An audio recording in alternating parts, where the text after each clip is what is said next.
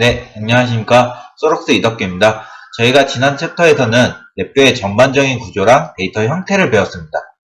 이번 챕터에서는 데이터의 타입, 그러니까 숫자형, 문자열, 불리언이라고 하는 데이터 타입을 배울 거고요. 그 세 가지 데이터 타입을 묶어서 관리하는 방법이라고 해서 배열과 클러스터를 배울 예정입니다. 그럼 바로 이번 챕터 나가도록 하겠습니다. 데이터 타입은 제가 방금 설명드린 것처럼 세 가지로 나눌 수 있습니다. 숫자형 데이터, 불리언 데이터, 문자열 데이터로 나눌 수 있고요. 각각의 데이터 타입을 하나씩 보면서 설명해 보도록 하겠습니다. 첫 번째, PPT 화면에 나온 것은 숫자형 데이터 타입입니다. 이 사진 두 개는 각각 프론트 패널과 블록 다이어그램에서 팔레트를 이용해 꺼내 놓은 사진이고요. 일단 좌측과부터 한번 보도록 할게요. 좌측에 숫자형 컨트롤과 숫자형 인디케이터가 있는 것을 볼 수 있어요. 저희가 컨트롤과 인디케이터는 값을 제어하거나 모니터링하는 거라고 설명을 챕터 1에서 드렸죠. 그렇기 때문에 좌측에 있는 사진은 프론트 패널에서 꺼낸 겁니다. 우측에 있는 사진을 이제 한번 볼게요. 우측은 더하기, 빼기 함수가 있고요. 그리고 숫자형 상수라는 게 하단부에 있습니다. 좌측 하단부에. 그리고 DB의 숫자형 상수가 있는 것을 볼 수 있어요. 함수가 있고 상수가 있습니다. 그거는 블록 다이어그램에서 코드 작성을 하기 위한 블록 다이어그램에서 꺼냈다는 것을 확인하실 수 있습니다.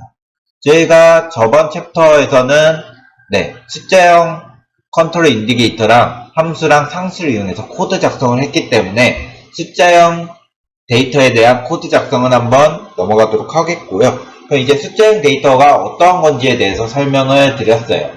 이제 숫자형 데이터에는 중요한 게 있을까라고 하는 부분인데, 숫자형 데이터 타입의 중요한 부분이라고 하면은 저는 숫자형이라고 생각할 수 있을 것 같아요. 형, 이게 어떤 의미인가라고 설명을 드리자면, 저희 텍스트 언어에서 int라든가 더블, 플루엣이라고 하는 문구를 한번 생각해 볼게요. int, 정수형 상수죠. 정수형 데이터죠. 그리고 플루엣과 더블은 실수죠. 그것처럼 텍스트 언어와 마찬가지로 랩표에서도 실수를 표현할 수 있는 그 형태가 있고 정수를 표현할 수 있는 형태가 있습니다. 그것을 한번 실습을 통해서 알아보도록 할게요. 랩표를 실행해 주시고요. 여기서 파일 새 VI를 눌러줄게요. 그리고 저는 숫자형 상수 두 개를 만들 건데 숫자형 상수는 블록 다이어그램에서 꺼낼 수 있다고 챕터 1에서 설명을 드렸습니다. 그래서 저는 숫자형 상수 두 개를 블록 다이어그램에서 꺼내 볼게요. 블록 다이어그램에서 마우스 우측 클릭해서 팔레트를 여시고 숫자형에 가셔서 숫자형 상수랑 DB의 숫자형 상수 이 두 개를 각각 꺼내 볼게요. 둘 다 숫자형 상수인데 하나는 파란색이고 하나는 주황색이에요. 그럼 이것들에 대한 차이가 뭔가 라고 설명을 드리기 전에 한번 제가 여기다 값을 입력해 보겠습니다. 파란색에 3의 값을 넣을게요. 그리고 주황색에도 3의 값을 넣을게요. 파란색 상수랑 주황색 상수에 3의 값을 넣으니까 둘 다 들어가네요. 그러면 이 파란색과 주황색은 정수는 받을 수 있는 거라고 생각을 할 수 있습니다. 그럼 저는 여기다가 3.5를 한번 넣어볼게요. 주황색에 일단 3.5를 넣겠습니다. 주황색에 3.5가 들어가죠? 그대로. 그래서 주황색은 실수도 받을 수 있구나 라고 생각을 하실 수 있어요. 그러면 이제 주황색을 저희는 실수를 받을 수 있는 상수라고 생각을 하겠습니다. 이제 파란색에도 한번 3.5를 넣어볼게요. 이때 3.5를 넣으면 어떻게 변화하냐면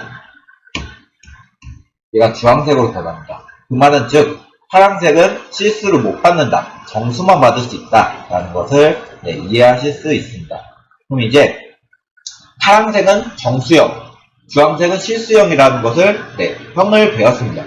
그럼 이제 이 형을 바꾸는 방법에 대해서 설명을 드릴 건데 PPT 화면을 보시면 숫자형 컨트롤을 이용했죠. 얘는 숫자형 컨트롤에서 마우스 우측 클릭하셔가지고 형이라고 하는 항목에 갔습니다. 그랬더니 이러한 그림이 나오고요. 이 그림에서 DBL, I, CST, CDB라든가 여러가지 항목이 있는 것을 확인하실 수 있습니다. 저는 이제 이대로 한번 따라서 만들어 보도록 할게요. 얘를 하나 지어주고요. 그 다음에 이 3.5 실수형 상수를 우측 클릭해서 형이라고 한번 가볼게요. 형. 그러면 PPT와 같은 화면이 만들어지는 것을 확인하실 수 있어요. 보통은 이 DBL, 실수랑 I랑 U 이 9가지를 많이 씁니다. 그러면 DBL은 뭔지 알겠는데 I랑 U는 뭔가 라고 생각을 하실 수 있습니다. 제가 한번 이 DBL에서 I31을 만들어 볼게요. 지금 일단 여기 보시면 얘는 주황색 실수형인 것을 확인하실 수 있습니다. 여기서 I를 클릭하면 파란색으로 바뀌었죠. 아, 그럼 I는 정수구나 라고 생각을 하실 수 있습니다. I는 인티저의 약자예요. 인티저는 정수죠. 그럼 저는 이제 I가 아니라 밑에 있던 많이 쓰는 U를 한번 또 클릭해 볼게요. 형에 가서 U31을 바꿨더니 똑같이 파란색입니다. 그럼 U도 정수네? 라고 생각을 하실 수 있습니다. 네, U도 정수고요. U는 unsigned integer라고 하는 것의 약자입니다. 그러면 인티저와 unsigned integer의 차이는 뭐냐, I랑 U의 차이는 뭐냐라고 설명을 하시면 PPT 화면을 보도록 하겠습니다. 일단 저희가 앞서 DBL은 실수형이라고 설명을 드렸고요. I랑 U는 각각 정수라고 설명을 드렸습니다. 근데 I랑 U는 정수인데 각각이 어떠한 정수인지에 대해서 설명을 이제 드려야 되겠죠? I는요, 부호를 가지고 있는 정수이고요. U는 부호를 가지지 않는 정수입니다. 그래서 부호를 가진다는 것은 음수값도 가질 수 있다는 거예요. 부호를 가지지 않는다는 것은 양수랑 0만 가질 수 있다는 표현이 됩니다. 그럼 이제 I랑 U에 대해서 이해를 하셨습니다. 그러면 I랑 U 뒤에 있는 이 숫자는 뭘까? 라고 의문을 가지실 수 있을 거예요. 저 숫자는 비트이고요. 표현할 수 있는 수의 개수라고 생각하시면 돼요. 그래서 I32라고 하는 거는 비트는 저희가 0과 1로 표현이 되죠. 32 비트라고 하는 거는 2의 32승까지 표현을 할 수 있다는 뜻입니다. 그래서 I32라고 하는 거는 2의 32승계의 개수를 표현할 수 있다라는 뜻이고요. 똑같이 U32도 2의 32승계의 개수를 표현할 수 있다라고 이해를 하시면 될 것 같습니다. 그럼 I32랑 U32에 대해서 설명을 드렸습니다. 그럼 이 I랑 U가 실제 어떻게 표현되는지에 대해서 간단한 예제를 들 건데, 비트 가장 작은 단위를 이 PPT에 보시면 8이라는 것을 알 수 있어요. I8, U8. 8은 2의 8승이죠. 256입니다. 256. 그러면 이 256을 가지고 I8과 U8을 어떻게 표현할 수 있는지 한번 생각해 보도록 할게요. I8은 부호를 가지고 있는 정수, 음수까지 표현합니다. 그래서 음수와 양수로 256개를 표현하는 건데, 그러면 딱 절반으로 나뉘겠죠. 그렇기 때문에 음수 마이너스 128부터 표현이 되는 거고요. 그럼 128까지 갈까 했더니 0도 포함됩니다. 그래서 0 포함해서 127까지 256개를 표현하는 거고요. 그럼 68은 어떻게 표현했는가? 68도 똑같이 256개를 표현하는데 0을 표현하기 때문에 0부터 255까지 표현이 된다라고 이해를 하시면 되겠습니다. 그래서 저희는 숫자형 데이터에서 형에 대해서 한번 배워보도록 했고요. 그러면 숫자형 데이터를 이제 마무리하도록 하겠습니다. 저희 이제 숫자형 데이터를 마무리했으니 불리한 데이터에 대해서 한번 배워보도록 해야겠죠. 좌측과 우측에 있는 그림은 각각 숫자형 데이터처럼 프론트 패널과 블록 다이어그램에서 꺼낸 팔레트이고요. 그럼 좌측을 한번 볼게요. 좌측은 누름 버튼, 원형 LED 확인 버튼 등이 있습니다. 저희가 버튼이라고 하는 거는 클릭할 수 있다, 값을 제어할 수 있다라고 생각을 하시면 되겠고, 원형 LED라고 하는 거는 LED 불빛이 켜졌다 꺼졌다 해서 값이 출력되어진다라고 생각을 하시면 될 것 같아요. 그러면은 값을 제어하고 출력된다라고 하면 컨트롤과 인디케이터죠. 그렇기 때문에 좌측에 있는 그림은 프론트 패널에서 꺼냈다라고 생각을 하시면 되겠고요. 우측에 있는 사진을 한번 보도록 할게요. 우측에 AND 연산과 OR 연산, 익스클루시브 OR 연산이 있습니다. 불리언에 대한 연산 처리는 논리 게이트로 AND, OR, 익스클루시브 OR 등이 붙게 되겠어요. 얘는 함수죠. 함수고, 그 다음에 하단부에 보면 참상수랑 거짓상수가 있습니다.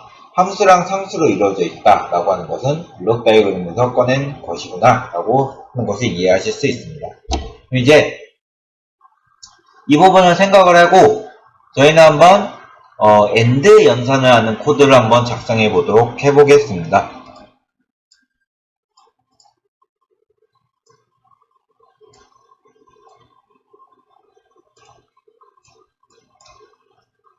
AND 연산을 하는 코드를 작성할 건데 저희가 이걸 한번 생각을 해볼게요.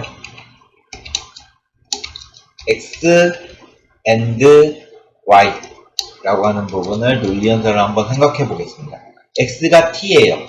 그리고 Y가 T면 X가 T고 네네. X가 T고 Y가 T면 T가 나오죠. X가 T고 Y가 F면 F가 나옵니다. X가 F고 Y가 T면 F가 나와요. 그리고 X가 F고 Y가 F면 F가 나옵니다. AND 게이트 연산은 이렇게 이루어져 있습니다. 그럼 이 진리표를 한번 생각을 하시고 그냥 어떤 걸 만들 거냐면 X 그리고 AND 그 다음에 true 얘는 그러면 상수겠죠. X라고 하는 컨트롤과 true라고 하는 상수를 AND 연산해서 Y라고 하는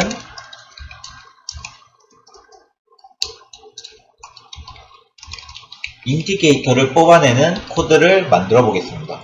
그럼 여기서 X는 컨트롤, Y는 인디게이터, 제어하는 부분과 출력하는 부분이죠. 얘네는 프론트 패널에서 꺼낼 수 있다는 것을 확인하실 수 있습니다. 그러면 이제 프론트 패널에서 X랑 Y를 한번 만들어 볼게요. X는 제어하는 부분이기 때문에 불리언에서 확인 버튼 한번 꺼내 볼게요. 확인 버튼을 눌렀다 라고 하는 거는 true가 될 거고 안 눌렀다 라고 하는 거는 F가 됩니다. false. 그래서 저희는 X를 한번 만들어 봤고요. 이제 Y값 인디게이터를 한번 만들어야 되겠죠. 인디게이터는 불리언에 사각 LED를 한번 쓸게요. 사각 LED 얘가 인디게이터고요. 이 꺼져 있다라고 하는 거는 false가 출력된 거고 켜져 있다라고 하는 거는 true가 출력된 겁니다. 그래서 얘를 Y라고 놓겠습니다. 저희는 컨트롤과 인디게이터를 만들었습니다. 이제 AND라고 하는 연산과 true 상수를 놔야 되겠죠. 얘네들은 각각 블록 다이어그램에서 놓을 수 있어요. 이거 이제 만들어 볼 건데 블록 다이어그램에서 마우스 우측 클릭하시고 불리언에 AND 그리고 블록 다이어그램에서 마우스 우측 클릭하시고 불리언에 참상수 꺼낼게요. 그래서 AND 쪽 봐보니까 저희 숫자형의 더하기 연산처럼 좌측에 입력 2개를 받고 우측에 출력 하나를 받게끔 되어 있죠. 좌측에 입력 2개에 X라고 하는 컨트롤과 참상수를 연결하고요. 우측에는 인디게이터 Y를 이렇게 연결해 보겠습니다. 그러면 AND 연산하는 코드가 완성이 된 거예요. 그럼 이 상태에서 한번 코드를 실행할 건데 X가 지금 안 눌렸어요. 그럼 얘는 F입니다. 그리고 true가 AND로 연결되어 있죠. 그럼 얘는 당연히 안 켜질 거예요. 그래서 실행하면 F가 나와요. 그럼 이제 제가 만약에 이 X를 클릭을 하면 true죠. true랑 true가 연결되면 true가 됩니다. 그래서 하면 불리언이 켜졌죠. 지금 이렇게 AND 연산을 하는 코드를 작성해 봤고요. 이제 불리언 데이터에 대해서 알아봤습니다. 그럼 불리언 데이터도 숫자형 데이터처럼 뭔가 중요한 게 있지 않을까라고 생각을 하시는 분들이 계실 것 같아요. 네, 불리언 데이터에서 제가 중요하다고 생각하는 부분은 기계적 동작이라고 하는 부분인 것 같아요. 이제 이 기계적 동작이라고 하는 부분을 한번 설명을 드릴 건데, 기계적 동작을 설명을 드리기 전에 저희가 한번 버튼이라고 하는 것을 한번 생각해 보겠습니다. 버튼의 종류를 한번 생각해 볼게요.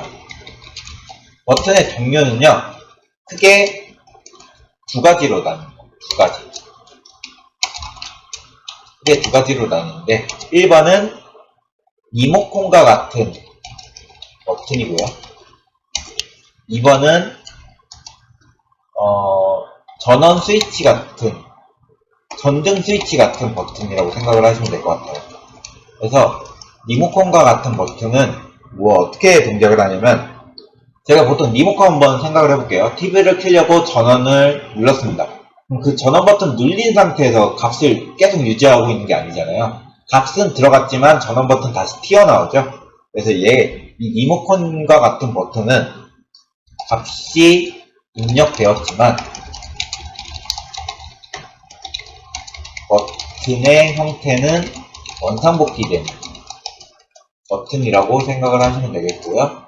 전등 스위치라고 하는 버튼은 저희 집에 흔히 볼 수 있는 전등을 켜기 위한 스위치 있잖아요. 그 스위치 누르면 값이 들어가면서 버튼의 형태도 유지되죠. 이렇게 버튼은 보통 두 가지 형태로 나뉘고요. 이 첫 번째 경우를 내치라고 하고요. 두 번째 경우를 스위치라고 합니다. 그래서 이 내치와 스위치를 결정해 주는 것이 지금 PPT 화면에 보이는 기계적 동작이라고 하는 부분이고요. 이제 이 기계적 동작에 대해서 설명을 드리도록 하겠습니다. 불리언 컨트롤을 꺼내 놓으신 다음에 마우스 우측 클릭하시면 기계적 동작이라고 하는 항목이 있어요. 그쪽에 마우스 커서를 가져다 놓으면 이런 6가지 그림이 나오는데, 이 6가지 중에 위쪽에 3개가 스위치고요. 아래쪽에 3개가 내치입니다. 이제 각각 6가지에 대한 설명이 이 표에 나와 있는데, 2개, 스위치에서 하나 설명하고 내치에서 하나 설명을 하겠습니다. 그 2개만 설명하면 이 그림을 어떻게 해석하면 좋을지 쉽게 이해하실 수 있을 것 같아요. 일단 누를 때 스위치라고 하는 것을 한번 보도록 할게요. 누를 때 스위치. 저희가 누를 때 스위치의 이 기호를 보니까 이상한 위에 펄스 같은 게 하나 있고 아래 펄스 같은 게 또 하나 있고 회로, 쪼튼한 회로가 하나 있습니다. 이 부분을 한번 제가 해석을 해드리겠습니다.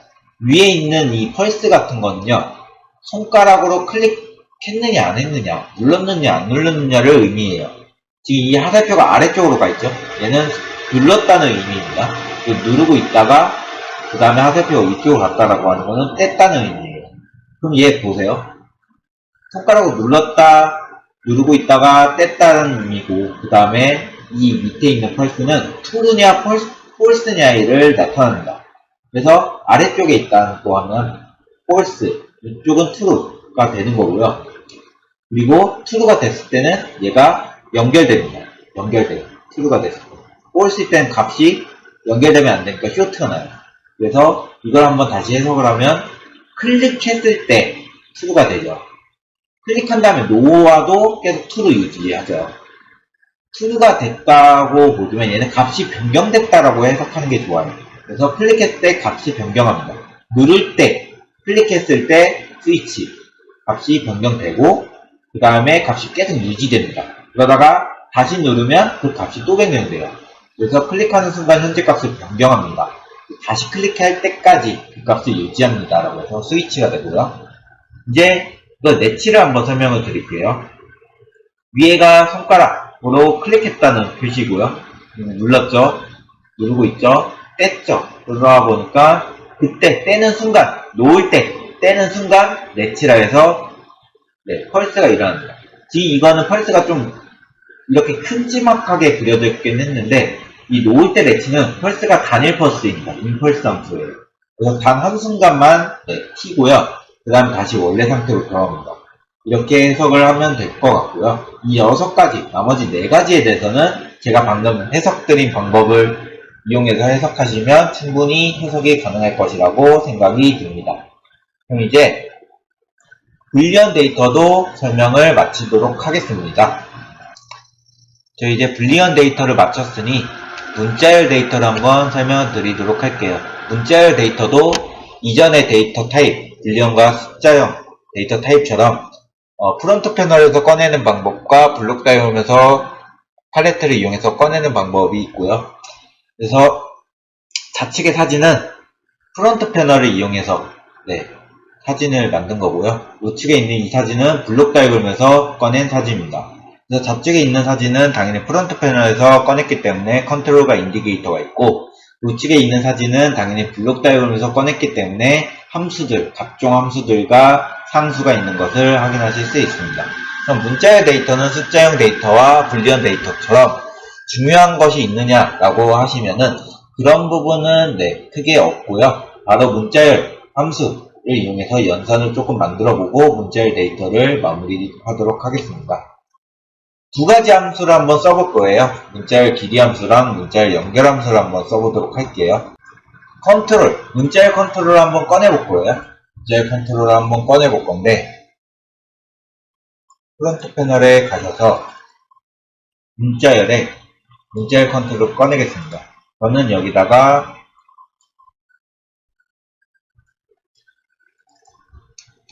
A, B, C 뷰 1, 2, 3 느낌표를 한번 적어볼게요. 이렇게 적으신 다음에 블록 다이어그램에서 문자열 길이 함수를 꺼낼게요. 블록 다이어그램에서 문자열 길이 함수를 한번 꺼내보겠습니다.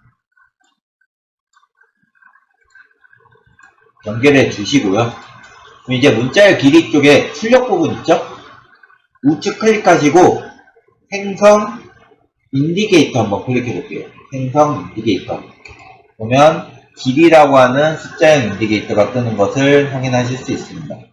그리고 나서 한번 실행을 해보도록 하겠습니다. 실행을 하면 11이라고 하는 숫자가 반환이 될 거예요. 이제 이 숫자가 왜 어떻게 해서 반환이 됐는지 한번 세보도록 해보겠습니다. A, 하나, 2, 1, 3, 4, 5, 6, 7, 8, 9 9가지에 대한 음절이 쓰였습니다. 그러면 음절이 9개니까 길이가 9가 나와야 되지 않을까 라고 생각을 했는데 길이가 11이 나왔어요. 그럼 어떤 특정 음절에서는 길이가 2가 반환됐다는 것을 확인하실 수 있습니다. 그러면 어떤 음절에서 2가 반환되는가에 대해서 설명을 드릴까 하는데, 일단 음절이 몇 종류가 쓰였는지 한번 보도록 할게요. A, B, C는 영어예요. 몇 한글입니다. 1, 2, 3은 숫자죠. 느낌표는 특수문자입니다. 음절은 4개가 쓰였어요. 4종류. 영어, 한글, 숫자, 느낌표. 여기서 음절 하나당 길이 2가 반환되는 건 한글입니다. 한글은 길이 2가 반환되고요. 그 다음에 나머지 영어, 숫자, 특수문자는 길이 1이 반환돼요. 그 상태에서 한번 세어보면 1, 2, 3, 5, 7, 8, 9, 10, 11 값이 나오게끔 되어 있습니다. 이렇게 문자열 길이 함수를 써봤고요. 그럼 이제 문자열 연결 함수를 한번 써보도록 할게요. 마우스 우측을 블록 다이어그램에서 클릭해 주시고요. 문자열에 가셔서 문자열 연결 함수를 한번 클릭해 보겠습니다. 그리고 꺼내 오시면 얘도 좌측에 입력 2개가 들어가고 우측에 입력 하나가 나오는 것을 확인하실 수 있습니다. 입력한 부분에 문자열 이걸 연결해 주시고요. 그 다음에 문자열 상수를 한번 꺼내 올게요. 문자열 상수를 하나 꺼내 오셔서 나머지 입력 부분에 넣고요. 얘에다가는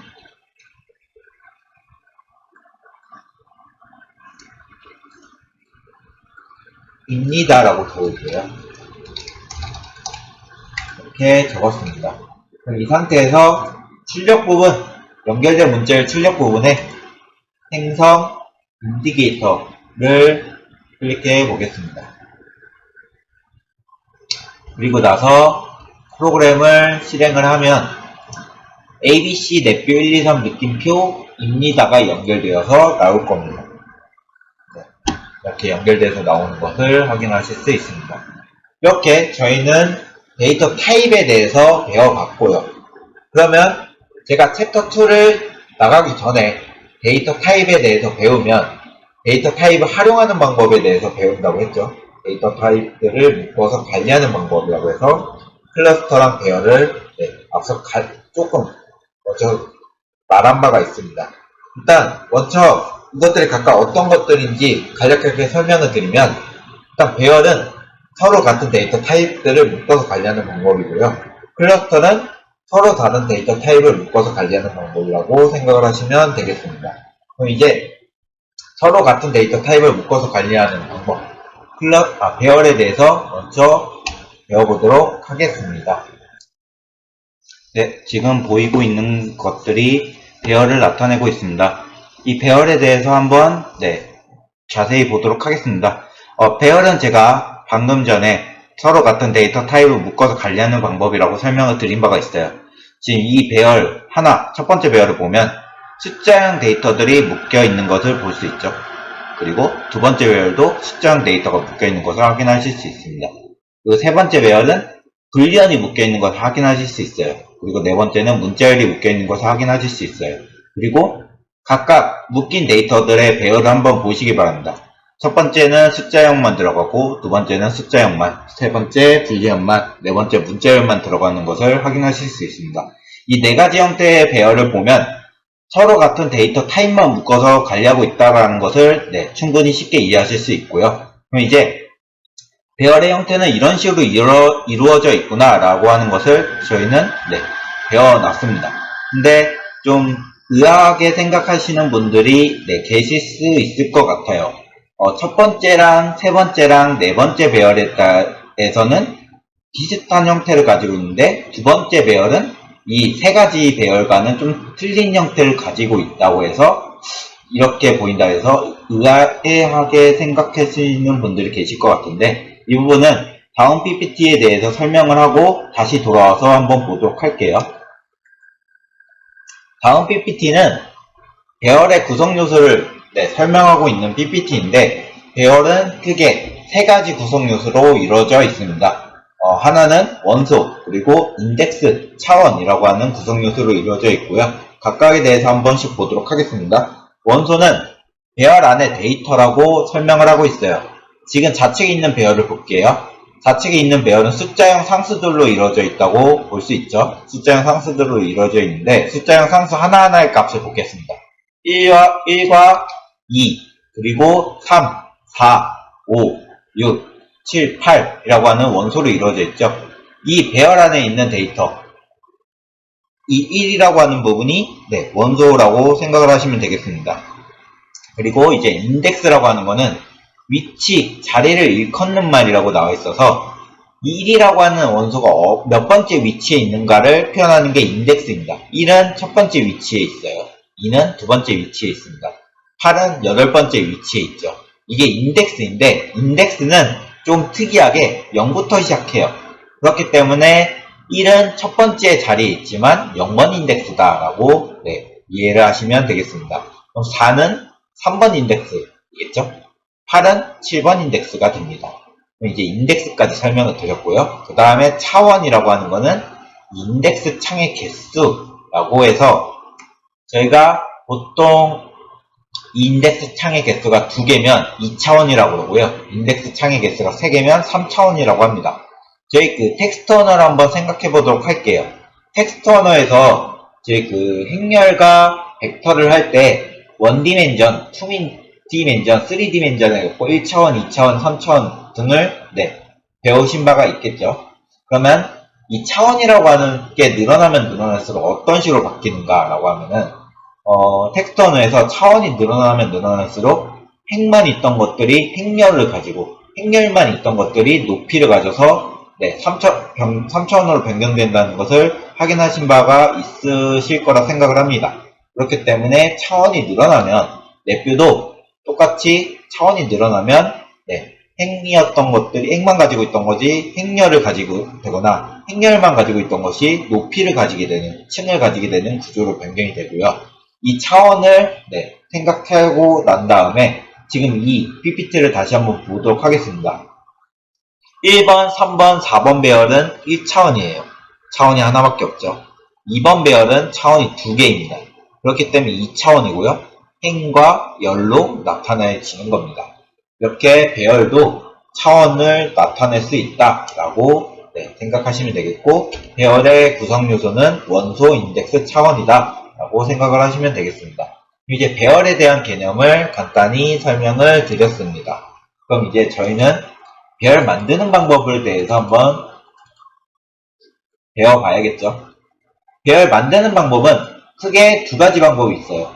두 가지 방법이 있는데, 하나는 컨트롤을 이용한 방법과 또 하나는 상수를 이용한 방법입니다.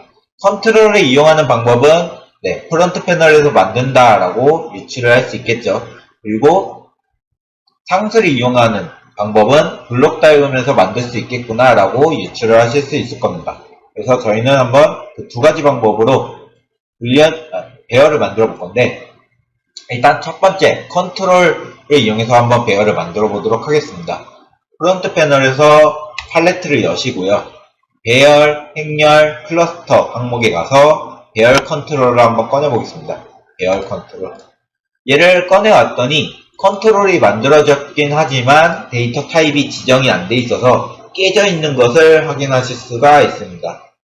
이 상태에서 저희는 데이터 타입을 지정해 줄 거예요. 숫자형 컨트롤을 넣어주겠습니다.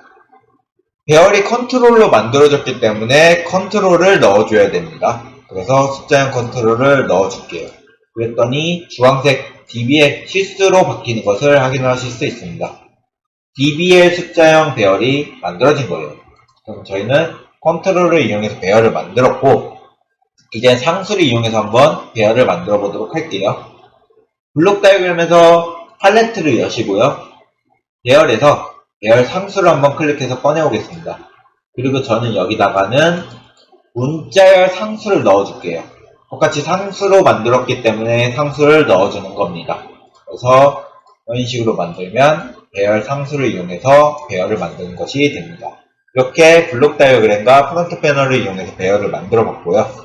배열 함수 같은 경우는 블록 다이어그램에서 배열 항목에 가시면 이렇게 배열 함수들이 여러 가지가 있습니다. 이 배열 함수들은 여러분들이 실습을 따로 진행하시면서 공부를 하시면 될 것 같고요. 저희 소럭스 홈페이지는 제가 나중에 링크를 알려드릴 건데, 그 소럭스 홈페이지에 가시거나 아니면 저희가 운영하는 카페 혹은 저희 사내에서 현찰하고 있는 넷뷰 한 권으로 완성하기 교재를 이용하셔서 공부를 하시면 많은 도움이 되실 거라고 생각을 하고 있습니다. 그 교재에는 이런 함수들 사용하는 방법들이 각각 예제로 다 나와 있기 때문에 그 부분도 활용하시면 충분히 도움이 되실 거라고 생각하고 있어요. 그러면 이제 배열 부분을 마무리 짓도록 하겠습니다.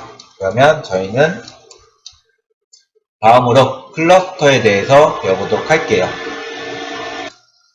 다음 PPT가 나타내고 있는 부분이 클러스터입니다. 클러스터라고 해서 문구로 지금 하고 있는데, 클러스터, 혼합된 타입의 데이터 원소를 그룹화라고 설명하고 있어요.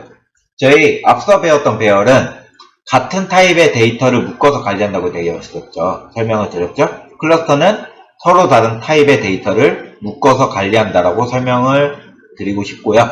지금 좌측에 있는 것이 클러스터인데, 이 부분을 보시면 숫자형 컨트롤이 들어가 있고, 문자열 컨트롤이 들어가 있고, 불리형 컨트롤이 들어가 있고, 배열이 들어가 있는 것을 확인하실 수 있습니다.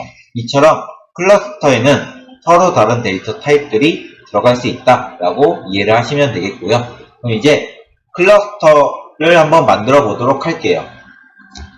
클러스터도 배열처럼 똑같이 만드는 방법은 두 가지가 있습니다. 컨트롤과 상수를 이용하는 방법이에요.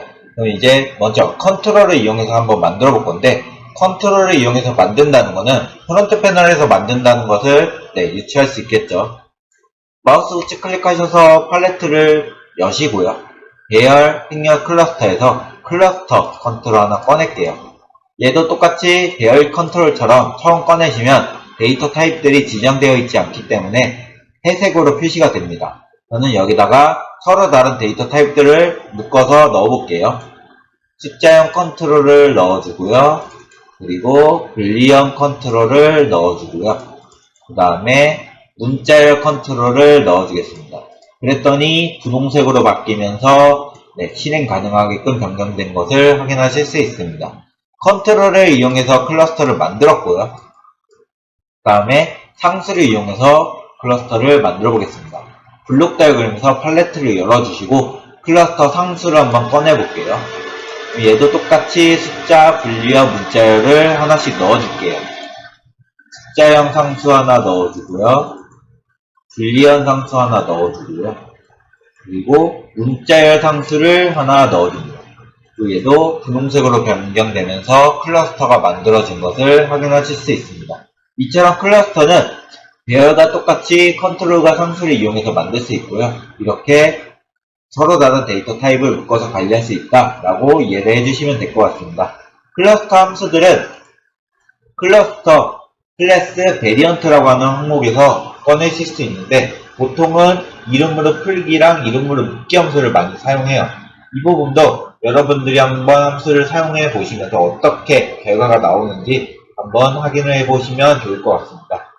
이번 강의는 여기까지 진행하도록 하겠고요. 저희가 지금 이제 이번 강의 때 배운 것들을 한번 정리를 해보면 챕터 1에서 배웠던 넷뷰의 기본 개념들과 데이터형을 어떻게 쓸 건지에 대해서 어떻게 활용할 건지에 대해서 배운 시간이었고요. 각각에 대해서 데이터 타입들로 숫자형, 문자형, 불리언들을 배웠고 그 다음에 그 숫자형, 문자형, 불리언들을 어떻게 묶어서 관리하는 데에 대해서 클러스터랑 배열을 배웠습니다. 그럼 이제 데이터가 어떤 타입들이 있는지 데이터 활용이 어떻게 되는지에 대해서 배워봤으니 다음 챕터에서는 루프라고 하는 것을 이용해서 실제로 저희가 값을 변경하면서 실시간으로 변경되는 코드를 한번 만들어 보도록 하겠습니다. 이번 강의는 여기까지 하겠고요. 강의 들어주시느라 수고 많으셨습니다. 다음 강의 때 뵙도록 하겠습니다.